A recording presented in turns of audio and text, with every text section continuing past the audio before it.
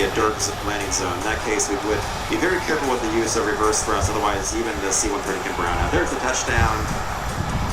Braking applied, and the propellers, you can hear them in a reverse pitch right now. It's the beta mode.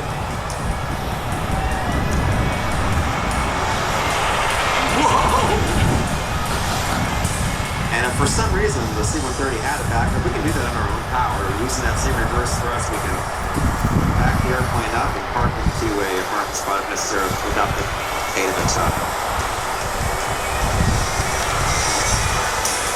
So impressive, and of course there's still the F-15 above, and I think we're going to get our last few looks at the F-15 too.